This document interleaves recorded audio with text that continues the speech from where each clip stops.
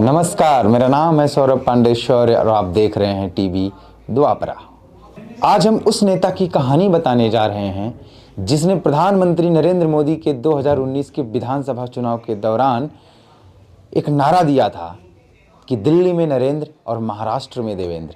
भले ही इस बात को साकार करने में उन्हें 5 साल का समय लग गया, लेकिन इसकी पटकथा उन्होंने काफ़ी होशियारी से लिखी और उन्होंने शतरंज की ऐसी बिसात बिछाई कि मोदी शाह को भी पीछे हटना पड़ा। मेरा पानी उतरता देख मेरे किनारे पर घर मत बसा लेना, मैं समंदर हूँ लौट कर वापस जरूर आऊँगा। साल 2019 में महाराष्ट्र विधानसभा में देवेंद्र फडणवीस की ये लाइन आज भी लोगों को याद है। जब जनादेश में उनकी पार्टी तो सबसे आगे थी, मगर गठबंधन के समीकरण के कारण उन्हें विपक्ष में बैठना पड़ा। तब शायद ही किसी ने ऐसा सोचा होगा कि आखिर एक युवा नेता इस तरह की बातें क्यों बोल रहा है, कहीं इसने कुछ बड़ा तो प्लान नहीं किया है। सबने यही सोचा कि ये इनके मन की भड़ास है और चंद दिनों में खत्म हो जाएगी। लेकिन इस युवा नेता ने इन 5 सालों में ऐसी चाल चली कि अब महाराष्ट्र की सियासत 360 डिग्री बदल चुकी है।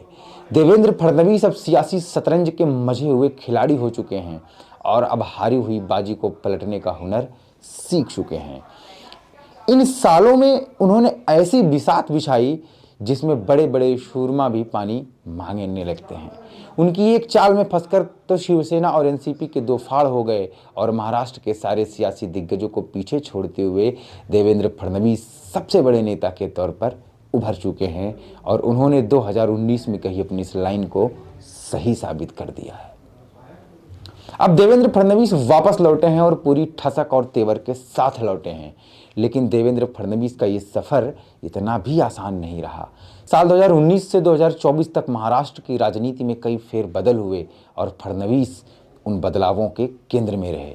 इसका एक उदाहरण तो ऐसे भी समझा जा सकता है कि शिवसेना और एनसीपी में बगावत और बीजेपी की सत्ता में वापसी के बावजूद देवेंद्र फडणवीस का डिमोशन हुआ। दूसरा उदाहरण इस तरह से समझा जा सकता है कि लोकसभा चुनाव 2024 जिसमें बीजेपी दहाई के आंकड़े को भी छू नहीं पाई थी, इन परिणामों के बाद भी देवेंद्र फडणवीस के भविष्य पर अटकलबाजियां होने लगी थी। उन्होंने खुद भी डिप्टी सीएम का पद छोड़ने की पेशकश कर दी थी। उनके केंद्र सरकार की कैबिनेट में शामिल होने से लेकर बीजेपी का अध्यक्ष बनाए जाने तक की खबरें तैरने लगी थी। अभी असल में बड़े गेम की तैयारी बाकी थी, क्योंकि महज 4 महीने दूर था विधानसभा चुनाव और यहीं पर थी देवेंद्र फडणवीस की नज़रें। यहीं पर देवेंद्र फडणवीस ने बाजी पलट दी। उनके नेतृत्व में पार्टी को राज्य में अब तक के इतिहास की सबसे बड़ी जीत मिली और महायुति गठबंधन को बम्पर सीटें मिली। इसके बाद बीजेपी के केंद्रीय नेतृत्व के लिए देवेंद्र फडणवीस की दावेदारी को नज़रअंदाज करना मुश्किल हो गया।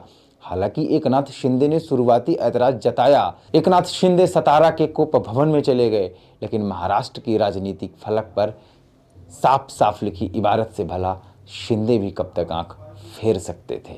उन्होंने फडणवीस का सीएम बनना स्वीकार कर लिया। इसके बाद आते हैं इस पटकथा की असली कहानी पर, जहां मोदी शाह को भी बैक होना पड़ा। दरअसल लोकसभा में महायुति गठबंधन के बेहतर सीट नहीं आने पर हर तरफ से देवेंद्र फडणवीस पर उंगली उठने लगी थी। ऐसे में देवेंद्र को भी कुछ समझ नहीं आ रहा था कि आखिर उनसे गलती कहाँ हुई और वह क्या ऐसा करें जिससे सब ठीक हो जाए। ऐसे में उन्होंने अपनी यह चिंता इनको पॉलिटिक्स में एंट्री करवाने वाले नेता के सामने रखा। उसके बाद उनकी सलाह पर इन्होंने नागपुर प्रवास किया।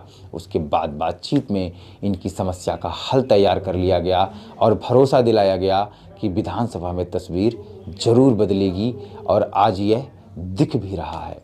हालांकि तस्वीर बदलने के बाद भी कुर्सी हासिल करना इनके लिए आसान नहीं था।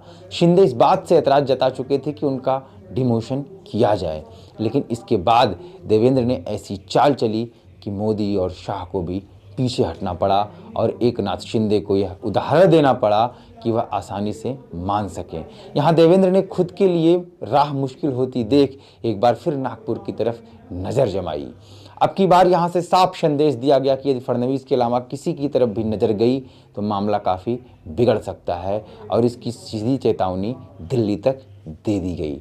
इसके बाद अमित शाह शिंदे से मिले तो शिंदे ने इस बात पर आपत्ति जताई कि उनके लिए मुख्यमंत्री पद संभालने के बाद डिप्टी सीएम का पद स्वीकार करना मुश्किल है, जिस पर अमित शाह ने पास बैठे देवेंद्र फडणवीस की ओर इशारा करते हुए कहा कि एक उदाहरण आपके पास बैठे हैं।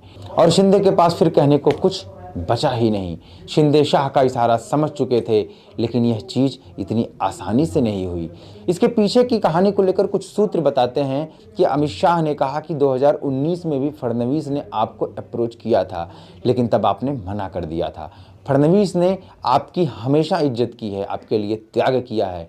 शिंदे के सामने आते 2022 में प्रधानमंत्री मोदी ने पुणे मेट्रो रेल प्रोजेक्ट का उद्घाटन कर दिया और आप बतौर नगर विकास मंत्री कार्यक्रम में शामिल हुए। यहां आप काफ़ी पीछे चल रहे थे और फडणवीस बार बार आपका हाथ पकड़कर आपको बराबर में लाकर खड़ा किया, इसलिए अब बारी आपकी है। इधर 2024 में महाविकास आघाड़ी के शानदार प्रदर्शन के बाद विधानसभा चुनाव में उनके हौसले बुलंद थे। राजनीतिक पंडित भी महाराष्ट्र में कमोबेश लोकसभा चुनाव जैसे नतीजों का ही अनुमान लगा रहे थे। इस बीच देवेंद्र अपने मिशन में जुटे रहे। उन्होंने ताबड़तोड़ रैलियां की। इस बार नागपुर में तैयार रणनीति के हिसाब से यह काम करते रहे और हिंदुत्व को मुद्दा बनाया। इन्होंने मनोज जरांगे पाटिल के मराठा आंदोलन की काट में लक्ष्मण हाके का आंदोलन शुरू कराया, जिसका असर चुनाव में भी दिखा। गैर मराठा ओबीसी लामबंद हुए और इन चुनावों में बीजेपी को अकेले दम पर 132 सीट आ गई। बहुमत से बस 13 सीट दूर, यानी अब बीजेपी की सहयोगियों पर निर्भरता अत्यंत कम हो गई। अगर एकनाथ शिंदे छिटक भी जाएं तो अजित पवार के साथ आसानी से सरकार बन जाती।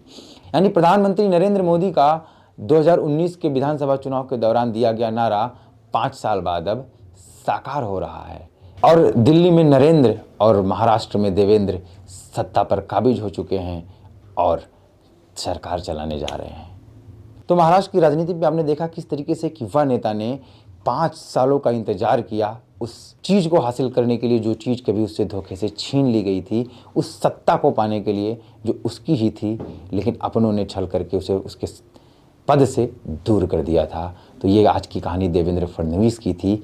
उम्मीद है आपको ये कहानी अच्छी लगी होगी, ये वीडियो अच्छा लगा होगा। हमारे वीडियो को लाइक करें, बात अच्छी लगी तो कमेंट करें और अपने दोस्तों, रिश्तेदारों, परिवार वालों के साथ इसे शेयर करें और हमारा उत्साहवर्धन करें।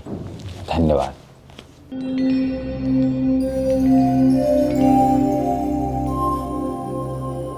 टीवी द्वापरा संभवामि युगे युगे।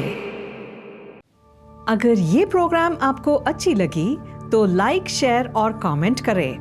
टीवी द्वापरा के प्रोग्राम्स को हमेशा देखने के लिए सब्सक्राइब करें, बेल आइकॉन दबाएं।